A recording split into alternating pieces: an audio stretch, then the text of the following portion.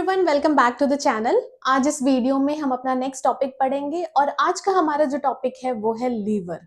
तो लीवर के बारे में आज हम पढ़ेंगे कि लीवर क्या होता है और इससे हम डाइजेस्टिव सिस्टम में क्यों पढ़ रहे हैं। बेसिकली लीवर, पैनक्रियाज या फिर गॉल ब्लैडर ये सब डाइजेस्टिव सिस्टम का पार्ट नहीं है, लेकिन ये एक्सेसरी ऑर्गन्स हैं। मतलब ये कुछ ऐसे सिक्रीशंस करते हैं जो डाइजेशन में हेल्प करता है, इसीलिए हम इसे डाइजेस्टिव सिस्टम में पढ़ते हैं।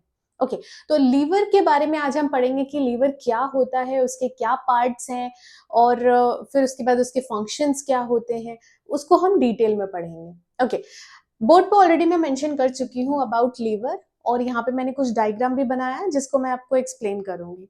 सबसे पहले देखते हैं कि लीवर होता क्या है।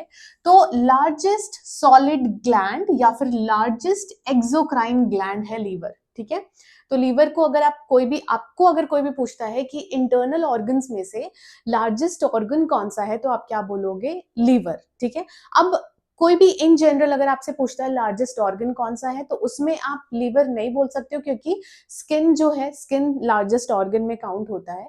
लेकिन अगर सॉलिड की बात हो रही है या फिर इंटरनल की बात हो रही है, तो आप लीवर को आंसर बता सकते हो। ठीक है, अच्छा, लीवर का जो लैटिन नेम था पहले, वो था हेपर। ठीक है, और ये हेपर वर्ड जो है, इसी से हमें टर्म मिला हिपैटिक। आप सुनते हो ना हिपैटिक, जहां भी हिपैटिक टर्म यूज हो रहा है, हिपैटो, हिपैटिक, इसका क्या मतलब है कि हम लीवर की बात कर रहे हैं। ठीक है, ये जो वर्ड है ये लैटिन वर्ड है। ठीक है, ओके। फिर उसके बाद हम वेट की बात करें तो वेट जो है वो 1.5 kgs होता है, मतलब 1.5 किलो का लीवर होता है। उसके अलावा located in right hypochondriac and epigastric region. तो अगर मैं रीजन्स में डिवाइड करूं, ठीक है, अगर मैं ऐसे रीजन्स में डिवाइड करूं, तो राइट हाइपोकॉन्ड्रियाक, एपिगैस्ट्रिक और लेफ्ट हाइपोकॉन्ड्रियाक जो रीजन है उसके उसके में ये बस टिप आएगा। ठीक है, तो इसीलिए right hypochondriac, epigastric and left hypochondriac, भी थोड़ा बहुत लेफ्ट हाइपोकॉन्ड्रियाक आप लिख सकते हो, लेकिन ये मेंशन कर देना कि लेफ्ट हाइपोकॉन्ड्रियाक में बस उसका टिप आता है। ठीक है, तो ये तीन जो है, ये तीन रीजन्स है जहां पे हमारा लीवर जो है वो लोकेटेड होता है। ओके, नेक्स्ट हम बात करते हैं anteriorly it is divided into two lobes by falciform ligament. ठीक है, जो कि किसमें उसको डिवाइड कर रहा है? लेफ्ट और राइट लोब्स में। अब हमने क्या बोला? एंटीरियरली, मतलब अगर आप लीवर को आगे से देखोगे तो लीवर के सिर्फ दो लोब्स आपको दिखेंगे।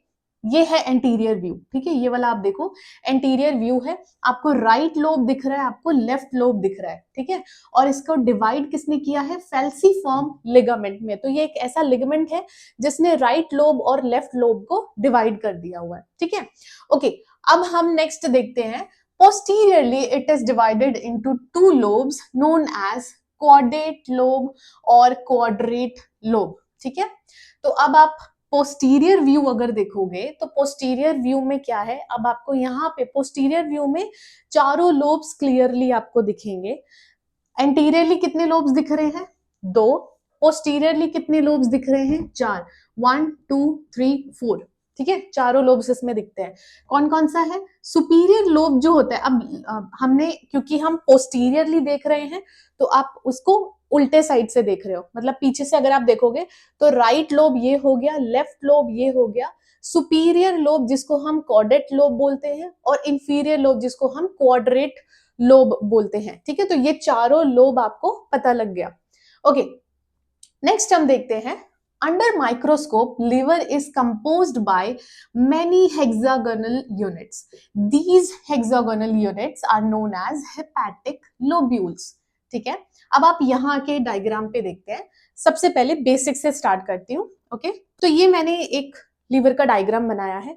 अब ये जो गॉल ब्लैडर है, ये गॉल ब्लैडर मैंने बहुत नीचे बनाया है सो दैट आपको इजीली समझ में आए। वैसे ये यहाँ नहीं होता है। अभी आपके स्क्रीन पर डायग्राम आ रही है तो आप एग्जैक्टली देख सकते हो कि गॉल ब्लैडर कहाँ प्रेजेंट होता है। ये बस समझाने के लिए है आपको, इसीलिए सब कुछ मैंने अलग अलग बनाया है। ठीक है, ओके, तो ये हो गया लीवर। ओके, ये क्या है? ये फैल्सीफॉर्म लिगामेंट है, ये जो बीच वाला दिख रहा है आपको। देन यहाँ पे है हेपेटिक डक्ट। ठीक है, left hepatic duct, right hepatic duct. ठीक है, अपने अपने लोब से निकलते हुए।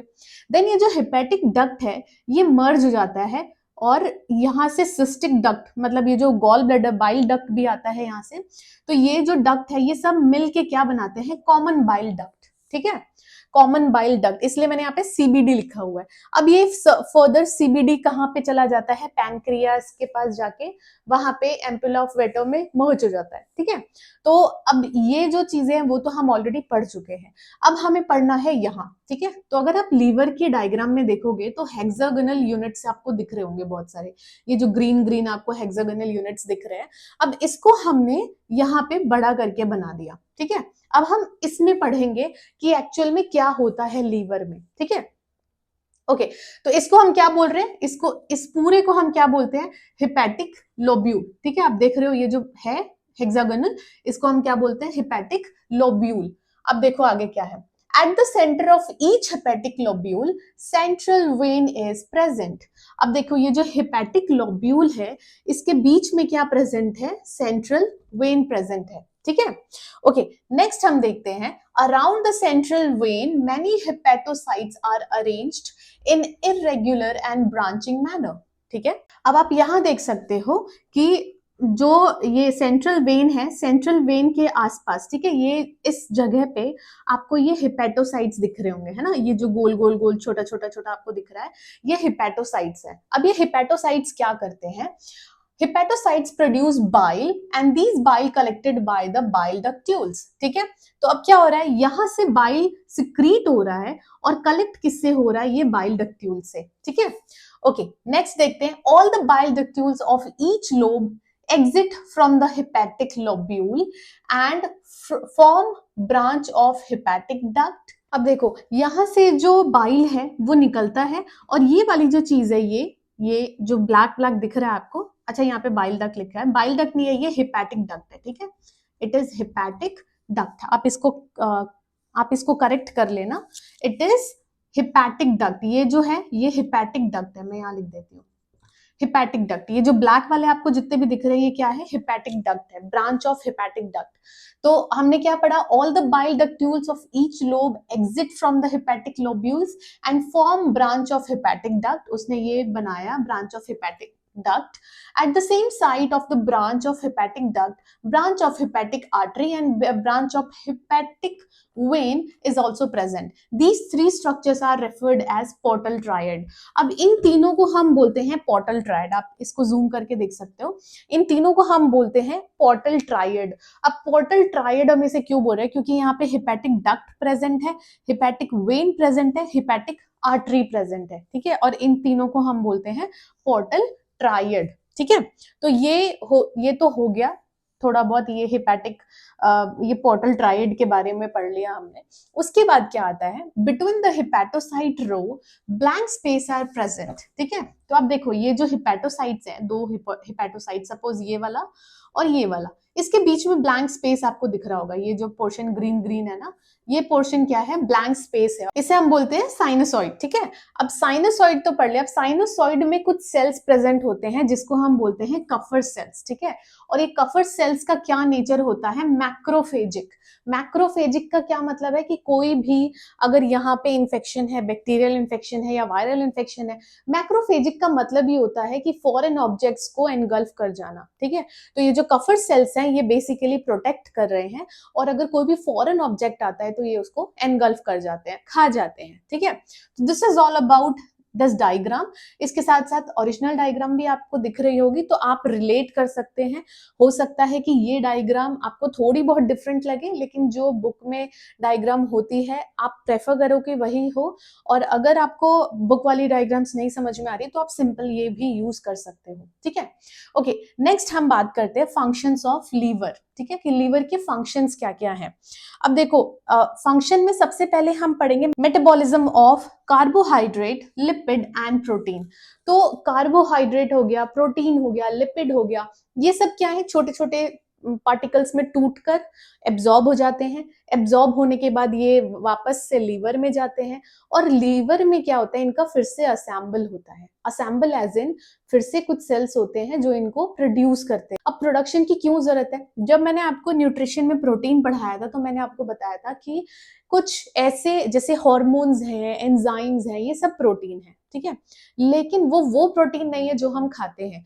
तो जो भी प्रोटीन हम खा रहे हैं और जो प्रोटीन हमारे शरीर को चाहिए या फिर हमारे शरीर में जो हार्मोन्स और एंजाइम्स बन रहे हैं, वो दोनों का कंपोजिशन अलग अलग होता है। इसी वजह से हम खाते हैं, डाइजेस्ट हो जाता है, वापस वो लीवर के पास जाता है और लीवर के पास मेटाबॉलिज्म होता है, ठीक है। ओके, अब कार्बोहाइड्रेट है, लिपिड है, प्रोटीन है, सबका मेटाबॉलिज्म यहीं पे होता है। फिर सिक्रीशन ऑफ बाइल। अब जो हम बाइल पढ़ते हैं, बाइल जो कि डाइजेशन के लिए बहुत ही इंपॉर्टेंट है, ये जो फैट्स होते हैं उनका इमल्सिफिकेशन करता है, आपने सबसे ज्यादा वही सुना होगा, तो उसके लिए बहुत ज्यादा जरूरत है। और वो सिक्रीट कहाँ से होता है? लीवर से होता है। और स्टोर कहाँ पे होता है? गॉल ब्लैडर में होता है, ठीक है। तो इसमें कंफ्यूज नहीं होना है, बाइल हमेशा सिक्रीट कहाँ से होता है? लीवर से, स्टोर होता है गॉल ब्लैडर में। ओके, नेक्स्ट हम बात करेंगे डिटॉक्सिफिकेशन। अब डिटॉक्सिफिकेशन की बात हम क्यों कर रहे हैं? क्योंकि हम जो भी कंज्यूम करते हैं, मेडिसिन हो गया या फिर जो भी अल्कोहल कंज्यूम कर रहे हैं, कोई भी ऐसी चीज जो हमारे शरीर के लिए हार्मफुल है, जो भी कंज्यूम कर रहे हैं वो डायरेक्टली कहाँ जाता है? वो एब्जॉर्ब होके सब कुछ लीवर में ही जाता है, ठीक है। जो ये पोर्टल वेन है, आपने सुना होगा पोर्टल वेन, ये एक वेन है, पोर्टल वेन, ठीक है। ये एक ऐसा वेन है जिसके पास large intestine, small intestine, spleen, stomach, ठीक है, स्टमक, इन सब के पास से जो ड्रेनेज जा रही है, मतलब जो वीनस रिटर्न है, वो कहाँ जाता है? पोर्टल वेन में जाता है, ठीक है। और ये पोर्टल वेन कहाँ जाता है? लीवर में, ठीक है। फिर वहां लीवर में से ये सारा जो ब्लड है, वो लीवर क्या करता है? उसको फिल्टर करता है, जितना भी टॉक्सिन है वो अपने पास रख लेता है, और जो ब्लड बचता है वो ब्लड वो हिपैटिक जो वेन होती है, हिपैटिक वेन, हेपेटिक वेन से वो इंफीरियर वेना कावा में भेज देता है, और इंफीरियर वेना कावा से वो हार्ट के पास चला जाता है, ठीक है। तो ऐसा प्रोसेस चलता है। तो डिटॉक्सिफिकेशन का बेसिकली मतलब यही है कि जो भी आपके स्टमक में है, जो भी टॉक्सिन्स हैं, वो कहाँ चले गए? स्मॉल इंटेस्टाइन में, लार्ज इंटेस्टाइन में, वो फिर वहां से एब्जॉर्ब होके लीवर के पास गए, लीवर ने उसको फिल्टर किया और बाकी ब्लड भेज दिया और टॉक्सिन्स अपने पास रख लिए, उसको एलिमिनेट कर दिया, ठीक है। ओके, नेक्स्ट हम बात करते हैं इमल्सिफिकेशन ऑफ फैट, जो कि हम ऑलरेडी बोल चुके हैं कि बाइल से क्या होता है? इमल्सिफिकेशन ऑफ फैट होता है, बाइल हेल्प करता है फैट को डाइजेस्ट करने में। नेक्स्ट आता है सिंथेसिस ऑफ क्लॉटिंग फैक्टर्स। तो ये क्लॉटिंग फैक्टर्स का सिंथेसिस भी लीवर ही करता है, लीवर के पास कुछ क्लॉटिंग फैक्टर्स के सिंथेसिस भी होती है। नेक्स्ट है storage of fat soluble vitamins. तो ये स्टोरेज भी करता है, फैट सॉल्युबल विटामिन्स भी यहाँ स्टोर होते हैं, विटामिन B12 भी यही स्टोर होता है। उसके अलावा जो ग्लाइकोजन है, मतलब जो हम शुगर कंज्यूम कर रहे हैं, जो ग्लूकोज हम खा रहे हैं, ग्लूकोज को ग्लाइकोजन के फॉर्म में जो स्टोरेज होती है उसकी, वो भी यही होती है, ठीक है। तो और भी बहुत सारे फंक्शंस इसके होते हैं। फिर आता है एक्टिवेशन ऑफ विटामिन डी। अब एक्टिवेशन ऑफ विटामिन डी भी यही होता है। एक और चीज, लीवर जो कोलेस्ट्रॉल है उसका भी प्रोडक्शन करता है। तो अगर लीवर कोलेस्ट्रॉल को प्रोड्यूस नहीं करेगा, अगर कोलेस्ट्रॉल नहीं बनेगा, तो विटामिन डी भी नहीं बन पाएगा, ठीक है। तो विटामिन डी का एक्टिवेशन भी कौन कर रहा है? लीवर करता है, ठीक है। तो ये तो हो गए about function of liver. Next class में हम पढ़ेंगे कि गॉल ब्लैडर क्या होता है, और वैसे ही गॉल ब्लैडर के साथ ही मैं आपको बाइल भी पढ़ाऊंगी कि बाइल के कॉम्पोजिशंस क्या है। इस क्लास में अभी बाइल के बारे में मैं नहीं बता सकती क्योंकि ये बहुत लेंदी हो गया है, और हम शॉर्ट करके पढ़ेंगे तो इजी रहेगा पढ़ना। तो नेक्स्ट क्लास में हम पढ़ेंगे गॉल ब्लैडर और बाइल, ठीक है। तो आई होप आपको ये सब समझ में आ गया हो अच्छे से, और आज के लिए इतना ही। आई होप आपको ये वीडियो अच्छी लगी हो। अगर वीडियो अच्छी लगी तो वीडियो को लाइक करें, चैनल को सब्सक्राइब करें, और कोई भी डाउट या फिर रिकमेंडेशन है तो आप मुझे कमेंट सेक्शन में बता सकते हैं। Thank you so much for watching.